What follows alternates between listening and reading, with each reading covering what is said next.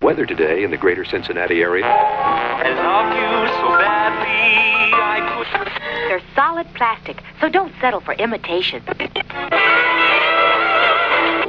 But the senator, while insisting he was not intoxicated, could not explain his nudity. WKRP in Cincinnati. And that was the song Bobby Blaze by the Tim Dombrova Experience. I thought it was Purple Blaze. Yeah, it was something like that. Yeah. I am the morning DJ host around here, Dr. Jeremy Fever, and we're about ready to do a handoff to Bobby Flytrap, so I'm going to go ahead and bring him into the studio a little early. Well, happy Thanksgiving, man. Yeah. Glad to be here early. Fuck. Yeah. Oh, Thanksgiving, I've got things that I'm hoping to be thankful for this year. Okay. Well, it's been, again, like you say, this year has been as fucked up as a can of fishing worms. So, That's right. Yeah. But I'm remaining optimistically hopeful. Oh man. But let's see. I'm thankful for the fans, Jeremy. Let me say it. I'm thankful for the fans, but also I'm thankful for the internet. My internet's up. Hopefully it doesn't go out this week. I'm thankful for my health. Thus far, started off rough this year, but I'm thankful for my health right now. I'm thankful I got a roof over my head and a bed to sleep in, man. I'll start with those things, and then from there we'll break it down further. How's that? Yeah. Well, come on, you got something. You got a futon to be thankful for or something, don't you? Yeah. Well, you have futon, will travel. That's my motto. Just roll it up, throw it in your back, and go. Yeah. I'm thankful that 3 drug companies have announced a possible vaccine. Yes. I am thankful that Dr. Seuss's new book, Things I Will Put Up Your Ass If You Don't Put On That Fucking Mask, has come out. That's pretty good. I hope it's not a shitty read. I am thankful for our fans and listeners out there. I am thankful. Absolutely. I am thankful we got this show back together. Yes. I am thankful that my mom is cooking dinner, and ever since I got divorced, I don't have to cook the turkey anymore. Those are all. Yeah, there's something positive. There's something positive. I'm thankful for a lot of things, and I'm thankful for you, Professor, because we got this podcast back together. I'm thankful for the podcast, man. I am. Appreciate that. I'm going to put in a thank you to all the veterans in the United States of America. Things crazy everywhere right now, but if you're a veteran, I want to say thank you. One of my sons is currently serving this country, and I appreciate that and respect him for that. With that, I wanted to take that somewhere. I've got a special shout out. I'm putting out my thank yous. So Marty Howe 71 and Martin Howe 71, brother sent me 3 masks. I've got a pin me, pay me mask. I've got a little blaze mask with some flames on it, and he sent me one kind of a luchador type with a bunch of masks on it, a mask on a mask that I'm going to wear under my mask maybe, So also I want to say it because Marty is a United States Marine veteran. So thank you, Marty, for the mask. Thank you for serving this country. And thanks for being a listener, man. He's a friend of the show. He also listens to, of course, the BT&T. Over there at the Book and the Terror podcast. He's a Ron Fuller fan, of course, like we all are, and a Jim Cornette fan. So he listens to a lot of the same podcasts that you and I listen to, and he's a hell of a good dude, man. And I appreciate that very much. So that's one thing to be thankful for, some new masks to wear. Anyway, let's see. Thankful for, you know what? I read that Matthew McConaughey book, Green Lights. It's all about positivity and catching green lights. And I'll tell you something to be thankful for because, if you got a pair of shoes in your feet, be thankful because he said, one of the little lessons you get when you're a young kid, and you're bitching and complaining about something and you don't get something you want maybe. And he's bitching about a pair of tennis shoes one day he got. And his mom said, well, you keep bitching about them shoes and I'll take you and show you don't have no feet. You know what I'm saying? Yeah. So I'm thankful just to have a damn pair of shoes, Jeremy. That's a good thing. Just thankful for a lot of things, man. Yeah, it's I kind of talk it down a little bit because this year is so goofy. But there's a lot to be positive about. There's a lot to be hopeful about. So let's hope that all pans out. let's do something special this year. Let's maybe go out and drop some turkeys. Oh, yeah.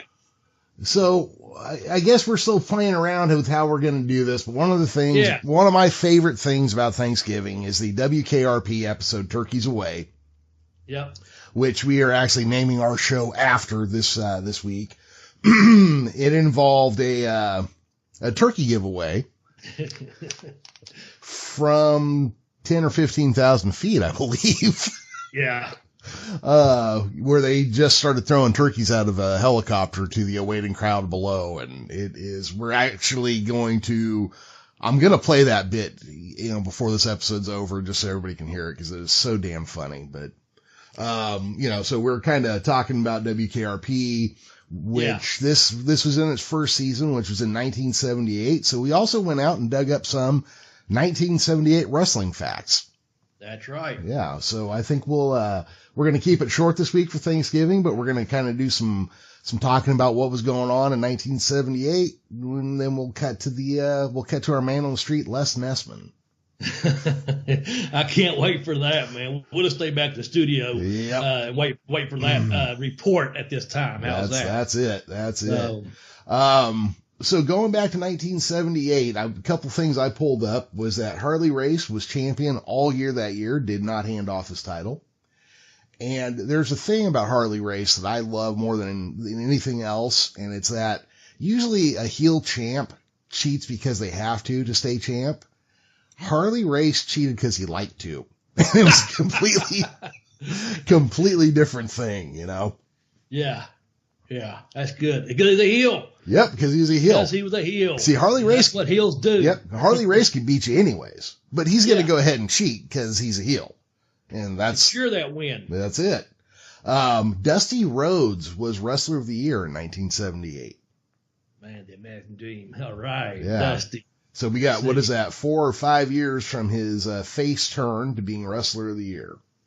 Yeah. Let's see, 78. So Dusty, I don't think, let me think, 78. Nope, I hadn't seen Harley or Dusty in person at that point. A lot of magazine covers, both of them, during that time period. Mm-hmm.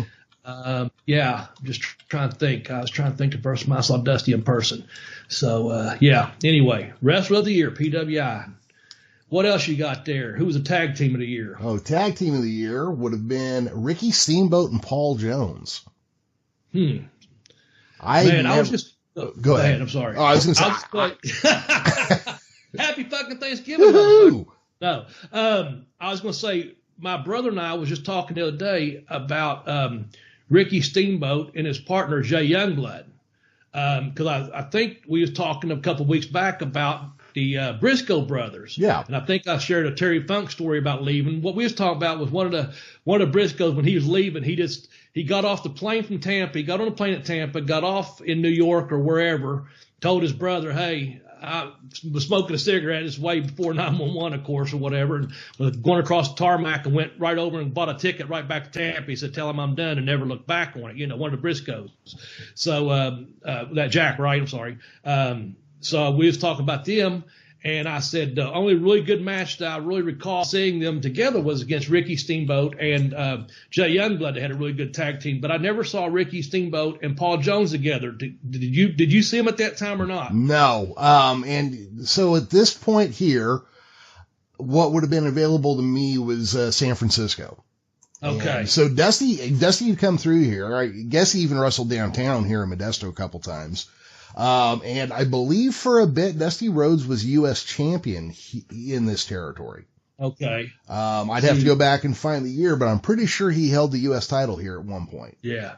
We were getting Memphis at this point, and we also got ICW out of Lexington. Memphis, being Memphis, Tennessee, Lawler and the Jarrett's in that group, and then Popos and, Savage and Hustler Rip Rogers and Bob Orton Jr.'s and Malenkos, they were in ICW at that time, that we got on Saturday nights. They used to have a really good time slot. Then we started getting it late at night on a Saturday night. Yeah. Dusty would have come through maybe with the Sheik's territory up in West Virginia, maybe NWA would have come through there, but I hadn't been up to that, up at that point in '78, I hadn't seen him, up in that area yet. Yeah. I don't think I went to a show. See, I know I was 15 when I went to a show in Huntington, but it was a No Chic show. Like I said, I don't think Dusty was on, or I would have remembered it like I remembered Andre. You know what I'm saying? Yeah, exactly. So, and I know he didn't come here. Probably came through Memphis. I mean, for sure on Memphis, on seeing the TV, but not through this area, when they was touring up this way. So, well, and Dusty at this point, he was like an event wrestler at this point. He was a guy you brought in to draw numbers. You know, I mean, they would fly him out to New York on occasion to go against superstar Billy Graham, stuff like that, Yeah, I was going to say I may have seen him like, probably 77, 78, somewhere that time, just in magazines mostly. You know what I'm saying? Yeah. So most popular of the year, of course, is Dusty Rhodes. Yep. So that's what we're talking about, Dusty there. Yeah. Yeah, he was wrestler of the year and most popular, which gets us to the most hated. Yeah. And it was Ric Flair who eventually became the most loved because he was so well hated. Argument to be made, greatest NWA champion of all time, maybe? Yeah. Maybe. Yeah. Maybe. I think most people will say, I don't know, maybe that's a question for this week. We'll see. Might have to have a question out there for all of our listeners. Name these songs and win $5,000. It's as easy as that. There we go. And back to the wrestling. Name these 10 wrestlers. We're going to go through quite a few here in a minute, but we still got some more to go through. So you got Flair from going to the most hated wrestler of the year to the most improved wrestler of the year. Who was that? Number one with a bullet, Dino Bravo. Oh, man. Wow, you had to add that, didn't you? Well, Shots fired.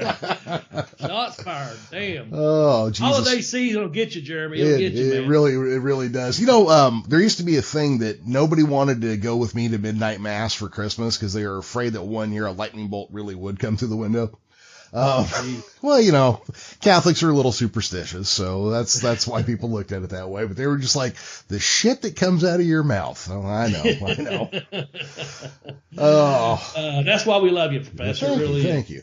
Okay. This next one, there must be a story here that I'm missing. The PWI most inspirational wrestler of the year was Blackjack Mulligan. Yeah, when I saw that, I had two things to think of. One, he served in the service, so that's cool because he was a USMC. Okay. But I'm drawing a blank too. He must have done something that year to be most inspirational. Did he make a comeback? Did he turn face? I'm not sure what happened either. So if anyone out there knows, you can hit us up here at WKRP in Cincinnati. You can hit us in modern times. There's this thing in the future, Jeremy. I think you're going to like it. It's called Twitter. Oh, awesome. Hit me up at Twitter at, Venus Flytrap and, no, wait a minute. I'm still, all right. We're all over the place here, yeah. Okay. Back to reality. Okay. Hit me up at Bobby Blaze 744. Hit the professor up at the GigaCast, or hit us up at Bell to Bell Blaze, or also those are all on Twitter. We're on the Facebook feed at Bell to Bell Blaze. Maybe someone knows out there why in 1978 PWI's most inspirational wrestler was Blackjack Mulligan. It's not a test, folks. You ain't got to study or anything. If someone knows, just let us know. Don't have to research it big time. If you know it, just send it. That'd be really cool. Well, could it be because people still wore mustaches a lot in 1978, right? Yeah, those porn mustaches. Yeah, well, maybe people were inspired by Blackjack Mulligan's magnificent mustache. You know what? Speaking of hair, Bush was popular in 1978. You know that? It was. Bush was available in 1978. Some of you girls out there, grow some hair. Hey, it's supposed to be No Shave November. Thankfully, I haven't got any dick pics. I don't think we got any female listeners, but if we do, send me a damn picture of your No Shave November beaver babies. I'll be like in the back of an old Hustler, man, that beaver hunt, man. Oh, yeah. There was some beavers in the beaver hunts, let me tell you. In 1978, every woman looked like they had buckwheat and a head scissor. Yeah. They had some untrimmed, untamed back in the day, Yeah. for sure. But anyway, yeah. Anyway, let's go ahead. You have something to say about hair? Well, you got hair in your mouth? Well, I was gonna say, speaking of wild, okay. PWI. I'm gonna say something about some fried chicken and cold beer, because I'm gonna tell you, we're recording this, man, and getting ready for some turkey and stuff and stuffings and stuff. But anyway, Rookie of the Year, Tommy Wildfire Rich, man. Imagine that, man. Yeah, and out in Gainesville, Tennessee, down there. What a stud, man. Not too many years after this, he would be world champion. Yeah. Tommy Wildfire Rich, man. Yeah, for a day or two. I wonder who had a shorter reign, Ron Garvin or Tommy Rich. Yeah, I think Richard was a week, I think, wasn't it? Yeah, I think you're right. I think it was. I think it was five or 7 days. I remember it was in Georgia there, and I know it was I don't know if it was a full week is what I was getting at. From the time he got it to the following week, it might have been 5 or 6 days. Well, basically a week. Yeah, and if rumors are true, like after that week, he was like, "Damn it, Jim Barnett, I didn't do all that for a week." Oh man, you had to go there, didn't you? Man, are you? I'm telling you, you're hardcore this week, Professor. Damn. Oh man, you're gonna get us fired now. This WKRP gig, I tell you. Well, as long as Andy and Mr. Carlson don't hear us, we'll be just fine. Yeah, I guess so. Maybe we hook up with Jennifer and Bailey. I don't know. Well, you go ahead and take Jennifer. I'll take Bailey. Yeah, I could tag in that too. I wouldn't mind. Yeah, I'll take one of them. Yeah, I'm fine with either way. But there's always something about Bailey that I just always really liked, and Okay, would you take Joyce DeWitt or Suzanne Summers?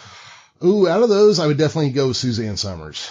Oh, I'd take Joyce DeWitt then. Yeah, no my dad was a Joyce DeWitt fan too. Okay, I'll take her. Yeah, I'm not kicking her out of bed for eating soup crackers or nothing.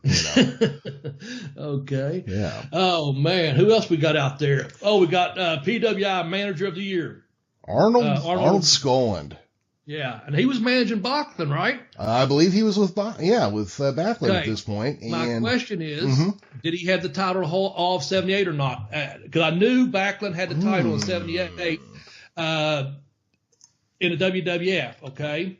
And when I saw that you had Harley Race up there, which is fine with me, I was just wondering why, if not, you didn't have, just curious, didn't have Bob Backlund up there. Well, but also Arnold Skolland, now he's managing the babyface, right? Yes. I mean, that's the whole thing. He carried around the towel and he carried around the money or whatever, but he basically was. Has that happened before or since? Am I drawing a blank somewhere here? Why am I, why does the babyface have the manager? What was, what I'm saying? Has that been done a lot more since then or not? I don't think so. Well, okay, so if I were going to think about this, I can't think of a lot of babyface managers. I mean, there was that brief period with Jimmy Hart and Hogan, so we count that. We're not going to count valets because that's not the same. Right. Let me think. You might have a second or something. Some matches you'll have that second, but that's not again the same as far as it's not the same as a manager. Yeah. Yeah. Jeez. I don't know. Just something to think about. But anyway, I guess, and I know Backlund, I don't know if he had the title the whole year of 78 or not like Race did. He may have got it, I'm not sure. Again, hit us up and let us know, man. Real quickly, Jeremy, I'm just going to give us a couple book plugs here, get these in and out of the way this week. On Amazon, the professor's got it set up. If you would like to buy one of my books to help, the show gets a little bit of kickback. That's the way it basically works. If you purchase a book, the show gets a little bit of a kickback through the Amazon affiliate account, and it does come back to the program some. With that said, I have 2 books out there. Both of them are available by using the tiny URL. I've got Pin Me, Pay Me, Have Boostful Travel. Just hit tinyurl.com, Blaze Book 1. If you like I Kicked Out on 2, The Educational Wrestler, just go to tinyurl.com, Blaze Book 2. Okay, appreciate it very much. I don't know what the deal is with Amazon. They get shit sent to you pretty quick. I got Prime and I bought something the other day and I got it very next day. Actually delivered on a Sunday, believe it or not. They delivered on a Sunday. I got some CPAP cleaners for my CPAP. And I knew I was running out. So, I got about 7 or 8 left. I start to order them. They came when I ordered them on a damn Saturday. They come on my doorstep on a Sunday the next day. So anyway, what I'm getting at is with the holidays coming up, being Thanksgiving, you know what's coming next. Santa Claus coming to town. Yep. You better get them books ordered now. That's all I'm saying, because you don't know what's going on with packages and Amazon and the Corona and all that stuff out in the world. Order your damn book and get it in the mail ASAP before Christmas time, or drop ship it to someone else that you might think they would enjoy one of my books, okay? That's enough of the book talk. We're going to go back to 1978 here in just a second and talk about some other happenings around the world of professional wrestling. So I just went and looked it up just so I would know, because now I'm curious. Bob Backlund won the title in February of 1978. Okay. And he was champion the rest of the year. Actually, he was champion for the next 5 years, I think. Well, no, because hold on, there's the fake Inoki win. Okay. Then it's quote unquote vacated, but they just pretended like it never happened. So shout out to I Am Vacated out there. Yep. Shout out to him real quick. Happy Thanksgiving, buddy. Yep. And then it goes all the way up to the Sheik beating him when most popular manager Arnold Scullin threw in the towel. Yeah. But anyway, there's some trivia for you, some history for you. I knew he was champion in 78. I just didn't know when he had won it in 78. So February. Yeah. So that's cool. Oh, so now I got to do this. Okay. In 1978, AWA world champion was Nick Bockwinkel for his third year, going into November of 78 was his third year as world champion. So he had it all year then. Yeah. From 76 and 77 both then, what you're saying. Yeah. He won it in 75 and then held on to it until 1980 when Grandpa Vern would come out of retirement, apparently. Yeah, so and there look at that. Let's not go off on some big tangent of your fucking Mount Rushmores out there, people. Because, Jeremy, you and myself and Tex, we had several ideas on doing something like that. But just for today's sake, let's just say this. If you got 3 people right now, you know who it's going to be. It's going to be Harley Race, Bob Backlund, and Nick Bockwinkel. Nick Bockwinkel right there. Okay. That's 3. I know you could put 4 up there. You're going to say, well, give us a bonus, 1 for 5 or whatever. Let's just say right now, and that year, that's 3 pretty damn good world champions right there. Yep. 1978. Well, so, okay, let's say we're doing a Mount Rushmore and those 3 have to be on there and you need the 4th position. I am going to go ahead and go with Lou Thesz. Okay. I'm not adding one. I'm going to stay right here at 78 reading my fucking PWI magazine, and this is who I know is champion. You know what I'm saying? Yep, exactly. I'm hoping to get a letter in the mail from my uncle that may have went to a show at the Civic Center, and he sends me a handbill or something, I went to the show at the Armory and saw, in fact, that's the first year and only time the Memphis territory come to the National Guard Armory with the crew. But we got ICW back then, had those guys coming through. So, anyway, keeping it there. But I can see Thesz. That's a good one, for your Mount Rushmore. That's good. Well, let's kick around some ideas or some different show dates around Thanksgiving of that year. All right. Since we're kind of around, saying in 78, let's just stay there and throw out some show dates. I think you got one a week before Thanksgiving you'd like to mention. So in Dallas on November 19th, 1978, Kevin, David, and Kerry Von Erich defeat Bruiser Brody, Gino Hernandez, and White Knight. So with White Knight, I'm assuming was a mask guy and probably was Mark Lewin or somebody. But that's a hell of a draw right there. The Von Erichs versus Brody and Gino. I mean, that's what I'm gonna look at each of these cards. Absolutely, look at that fucking main event, man. That's wild. Yeah. That is wild, man. Because with your next match, Dusty Rhodes, you just said, was traveling around. Yep. And he drew Mark Lewin. There's another hell of a good match right there. Had to be a good draw. Yep. What's funny here is I'm pretty familiar with most names that were working in the late 70s through the 80s. Right. Al Madrill and Bill White are not ringing a bell for me. Yeah, I've heard Al Madrill's name, Bill White, not so much. I mean, I know who Bill Smith is, Bill Thomas is, and Bill Tom Thomas, but I don't know about Bill White. I know Billy Black, but that's in the future. Yeah. That doesn't affect us here. Yeah, I don't know. I'm not sure either, to be honest with you. And then Ichiban #1. I guess that's number 1 in Japanese, Ichiban. I wrestled the Ichiban Kid one time in the future, just so you know. Oh, yeah? Good little kid, too, yeah. But anyway, in Dallas in 1978, Ichiban #1 defeated Gamma Singh. Yep. And I guess that's a good part. I guess in Japan that would just be Ichiban. Yeah, Ichiban, exactly. Yeah. Ichiban #1. Exactly, yeah. There you go. And it turns out that Ichiban was probably a masked man, so I'm gonna bet it was Keiji Muto. I'm just That's your answer for every masked man for the last since we've been back on the air. Yes.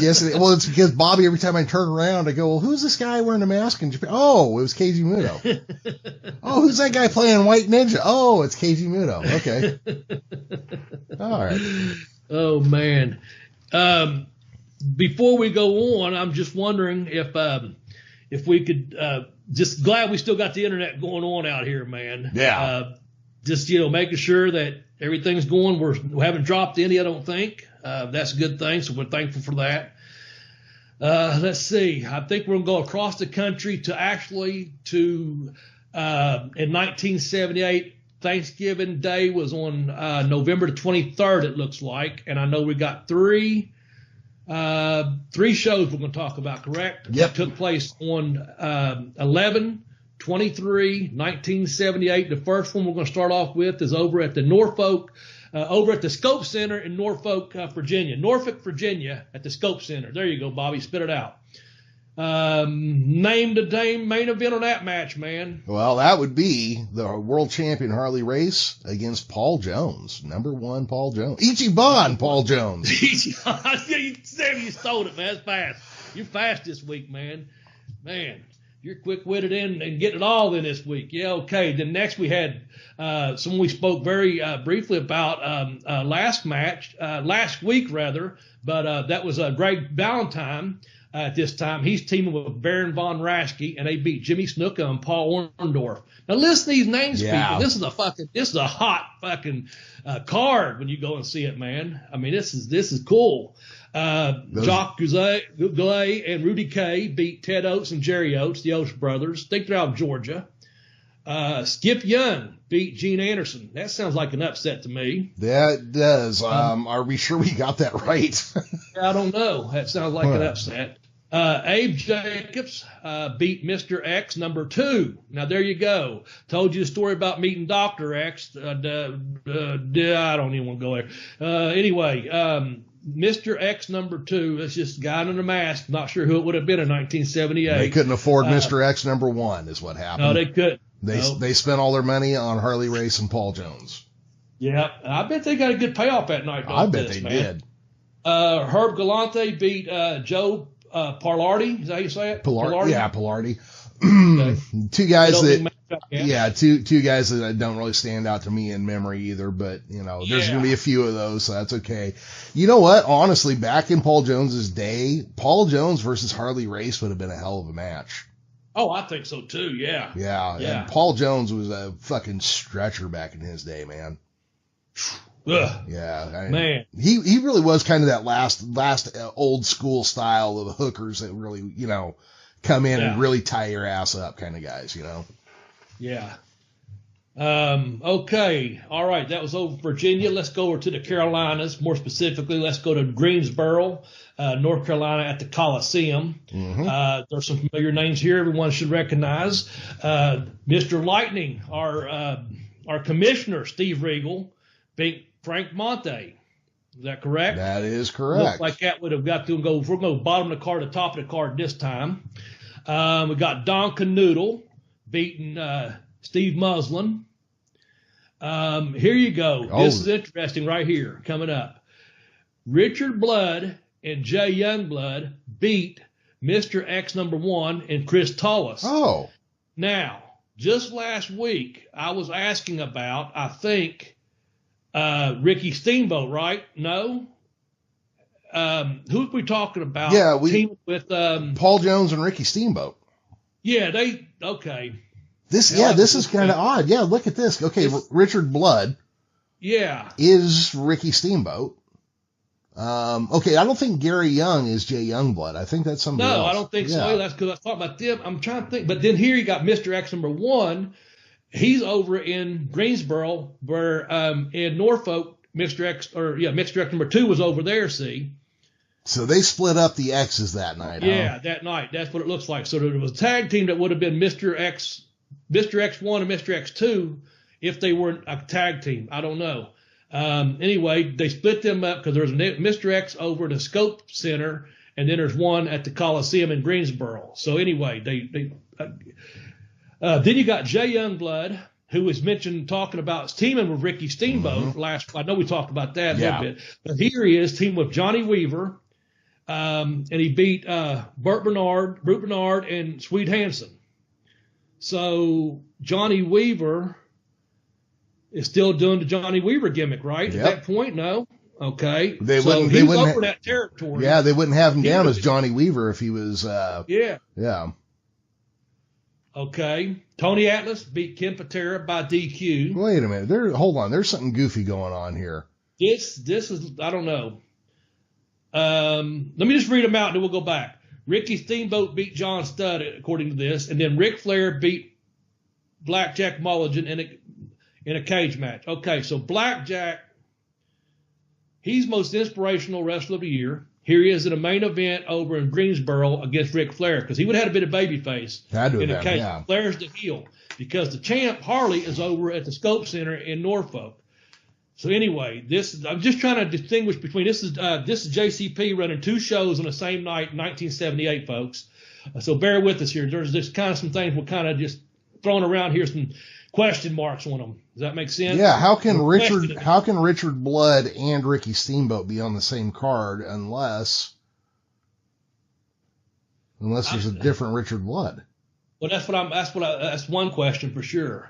As far as match quality goes, we mentioned all these. We mentioned a couple people we didn't know, but I do know up there at the Norfolk Center, we mentioned Jacques Goulet and Rudy Kay. That's 2 Canadian guys against the Oat brothers out of Georgia. So I know those guys could go. I'm surprised that we had Skip Young beating Gene Anderson. I don't know if that's a misprint or not, or maybe a DQ or something. But what I was going to get at is, we've got all this talent out here. Got 2 strong men down here. Tony Atlas, he's from Roanoke, Virginia.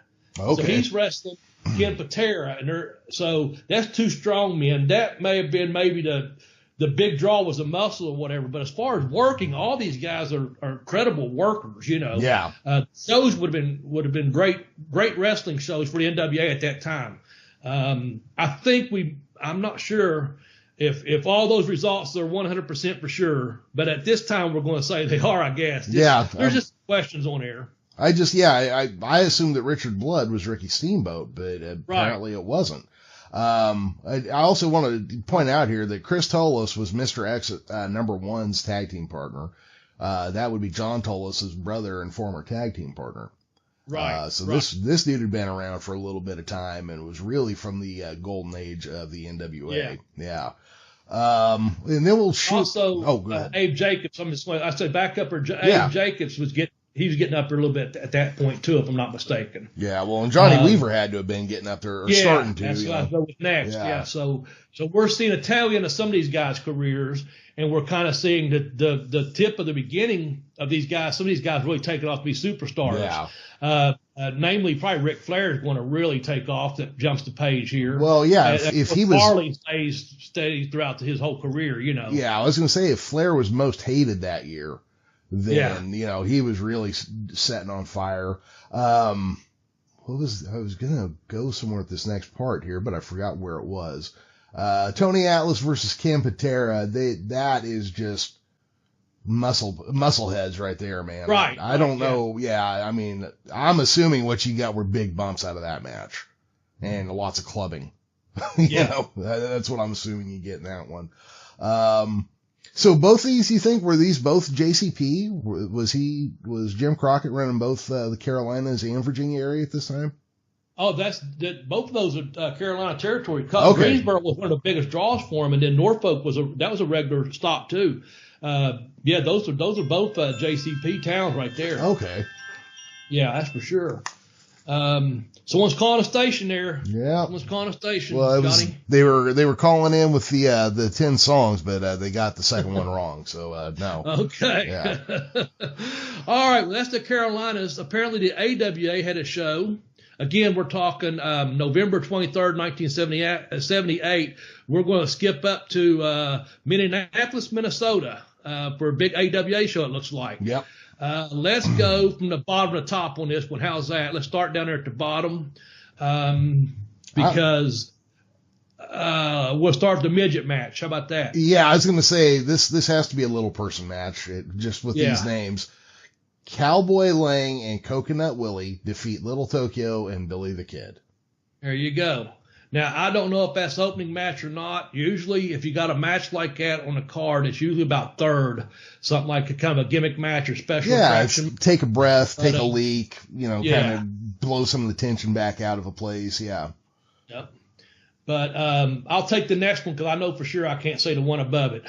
I could say Iron Sheik defeated Kenny J.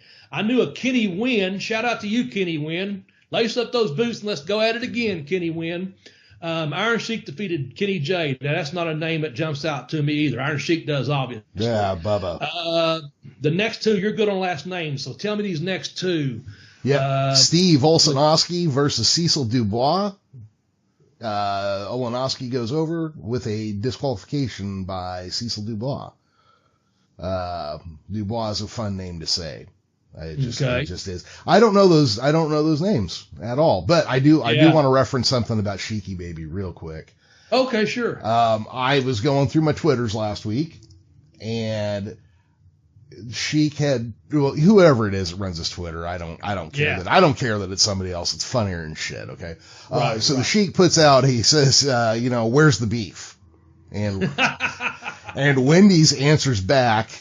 And I wish this was in front of me so I could read it word for word, but it's not. But Wendy's answers back, hey, Bubba, the beef is in our cheeseburgers, and don't worry, our cheeseburgers are way better than that jabroni Hulk Hogan. And to which the Sheik replies, Wendy's, did we just become best friends? And to me, that tweet won the week. I was like, nobody's doing better. That's good, yeah. Nobody's doing better. I saw that. You're right. That's a good one, man. That's a real good one. I like it. I can dig it.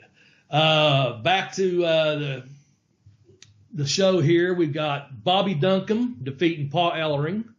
I think Paul wrestled as Paul the Bull Ellering, if I'm not mistaken. I think during this time, that would have been right. Yeah. And because he come through Memphis, was holding back a truck, doing some strongman feats at that time. Like he put himself against the wall and the truck was driving. Ken Patera did that same thing. They both did that when they came through Memphis, if I'm not mistaken. Maybe one of them done it on another TV, I'm just saying, but both of them done some strongman stunts is what I was getting at. Yeah. So I think Paul, he wasn't Precious Paul then, of course, but I think he was Paul the Bull Ellering for a short time. I could be wrong. Well, and those of us who mainly knew him as a manager, Paul Ellering in his day was a fucking slab of beef. I mean, dude was like in that Jesse the Body Ventura, superstar Billy Graham kind of category. Yeah. Where he was that, just that bodybuilder, like show bodybuilder kind of build.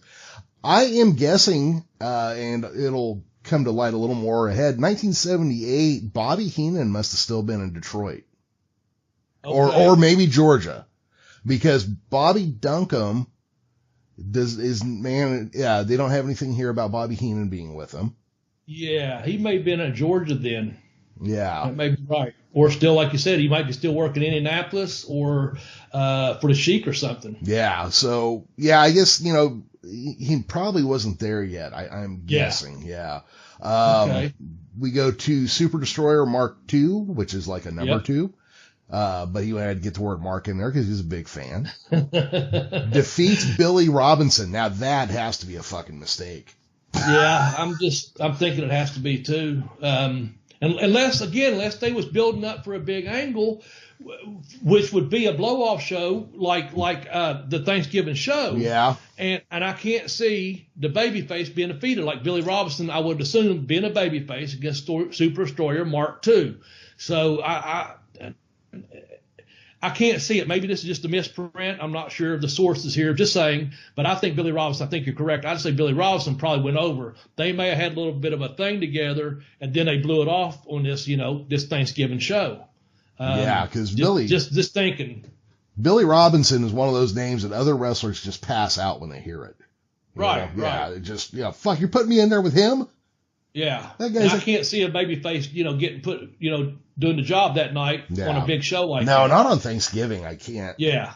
Okay. All right, it's going to take us to our main event. You want to announce it? Yep. The main event is Greg Gagne and Jim Brunzell versus the AWA Tag Team Champions, Pat Patterson and Ray Stevens, who are of course San Francisco mainstays from back in the day.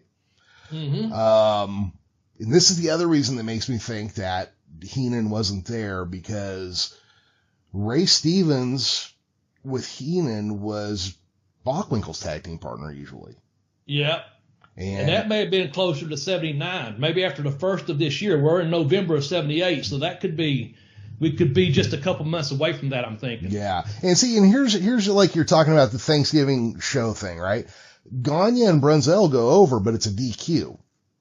Yeah. So they keep the champs strong, but they still give the win to the good guys. Right. The babyfaces get the win. Yeah. And everyone goes home happy on Thanksgiving. Yeah, exactly. And start saving their money for Christmas shows. Well, yeah, exactly. But yeah, Patterson and Stevens were a hell of a tag team. Yeah, absolutely. Yeah. We put them on our top 10 too. And Ray Stevens, I think dollar for dollar, Ray Stevens may be able to make the argument might be one of the greatest heels in wrestling. Period. Yeah. And also bump taker. Yeah. I tell you, he took some tremendous bumps. I always think Kurt Hennig, when you watch some of his clips, Hennig took some craziest bumps off some moves, man. But I tell you, Ray Stevens too, man, he just took some bumps. I mean, he would fly over that top turnbuckle. He would fly over the top rope. No regard for his body whatsoever, as far as the way he took them bumps, man. Yeah. Even in the future, when he's older, yep. Going up to WWF, he was still taking some bumps for some younger guys at his age. Pretty impressive, man. Well, and Bobby, they were a hell of a tag team. Yeah, Bobby Heenan must have learned that from him, because Bobby, when he was doing his, especially in the WWF, because he took some nasty spills there. He would go out over the top rope flat on his back. Yeah. That's got to be that same school of how to sell as a heel. Right. Yeah. Well, they were like some of the best at it. So anyway, what else you want to talk about this week during Thanksgiving, man? I got a quick question here, just a real quick one. I know that Greg Gagne and Jim Brunzell were the hot babyface tag team here. How much of that was Greg Gagne riding on Jim Brunzell's fucking coattails? I'd say a lot. Yeah, I don't remember much about Greg Gagne as a wrestler. I just remember he looked smaller than everybody else, which is whatever, take it or leave it. His dad was a great wrestler. Yeah. And he tried shoving Greg Gagne down our throats, and it didn't take off, which is just further proof that the Von Erich boys were as good as they were supposed to be. Yeah, good point. Because you can shove as much as you want, but it's not always going to work unless there's some charisma and some style and some skill there. Yeah. And Brunzell, he had a pretty good career. He had a really good body, and he could wrestle pretty damn good. He's pretty athletic. And I think he broke in around 75 with Flair and him, if I'm not mistaken, too. Yeah, well, I think he was in that first group, Iron Sheik. The group that Vern trained, that group, Iron Sheik was in that group with. Yep. He is on a show, and we're talking 78. They broke in 75. Iron Sheik's on one of these shows. Think Ric Flair's on one of the shows we mentioned. And who am I missing there? I just said Jim Brunzell. There's Billy Robinson coached them some at those camps. I know that because I know Sheiky maybe put him over as one of his coaches. There's someone. Ken Patera. There we go. I knew it was. So you got Ric Flair, Ken Patera, Jim Brunzell, and Iron Sheik, 4 guys. Trying to think of the 5th guy they trained with, but they was only like 5. Oh, Greg Gagne, right there. There it is. There's 4 or 5 guys from 1975 here to 1978 working on major cards across the United States that Vern trained. Oh, yeah. See, there's a tie, and that's the tie-in. In 75, they were all breaking into business. They had been trained by Vern Gagne, and there's 5 of them, and there they all are working in some capacity on these shows. 2 of them actually been in a main event, 3 of them been in a main event. Greg Gagne and Jim Brunzell, and then up there, one, Ric Flair was in a main event. So, and then we got, like I said, Iron Sheik and Patera. All those guys trained together. Wow. That's interesting. This is only 3 years after breaking in, they're doing this kind of business. That's great. And as we know, they all, still did pretty damn good for the rest of their careers as well, too. Well, yeah, because, Jim Brunzell would go on to be in the Killer Bees, was probably his biggest move. And that was a hell of a tag team, too, during their, during their time. Sure the mask gimmick, I've always loved that twin magic horse shit. I don't know why it amuses me as much as it does, but it does. Especially when you get Coco Beware trying to pull off the third man routine and it doesn't work. That kind of stuff. It's stupid, but it still makes me laugh. This was so Thanksgiving was a good night for wrestling in 1978. Yeah, absolutely, man. Absolutely. Well, I tell you what, man, it's I don't know it's going to be such a good Thanksgiving for WKRP ratings in 1978. This episode aired October 30th of 1978. So we had a turkey drop we was talking about, okay? Mm-hmm. Show's called Turkeys Away. With that said, I think we need to close things down for Thanksgiving by telling everyone we wish and hope that you have had a nice Thanksgiving by the time you hear this, or are going to have a nice Thanksgiving by the time you hear this. I don't know. I'm going to let Jeremy take us out of here in just a few seconds, few minutes, whatever he needs to do. You already had a caller in on that, name these 10 songs and win $5,000. It said, easy as that. They had one, and he got him wrong. Yeah. Wrong. Okay. Well, let's do this. Let's head over to our man on the street, Les Nessman, and see what's going on. This is Les Nessman, your man on the scene here at the Pinedale Shopping Center, where the excitement is mounting. We're here to witness the big WKRP Turkey Thanksgiving giveaway. Hey, you got permission to be out here? What? You're blocking my store here, buddy. Don't you know who I am? Huh? I'm Les Nessman. I won the Buckeye News Hawk Award last year. Good for you, Buckeye. Now get out of my doorway. I'm sorry.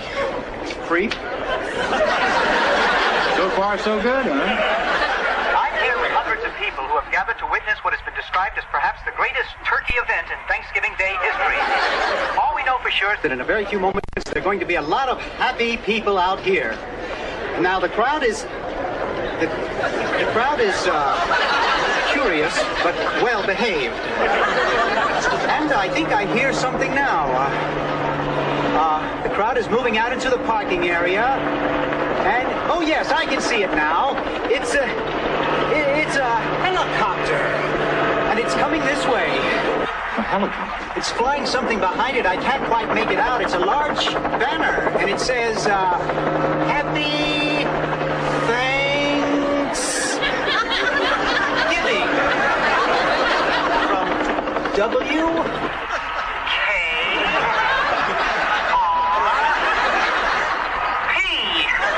What a sight, ladies and gentlemen, what a sight. The copter seems to be circling the parking area now. I guess it's looking for a place to land. No, something just came out of the back of the helicopter. It's a dark object. Perhaps a skydiver plummeting to the earth from only 2,000 feet in the air. Second to the third. There's no parachutes yet. Those can't be skydivers. I can't tell just yet what they are, but... Oh, my God, they're turkeys! Crashing to the earth right in front of my eyes. One just went through the windshield of a parked car. This is terrible. The cars running around pushing each other. Oh my goodness. Oh, the humanity. Oh, people are running about. The turkeys are hitting the ground like sacks of wet cement. Folks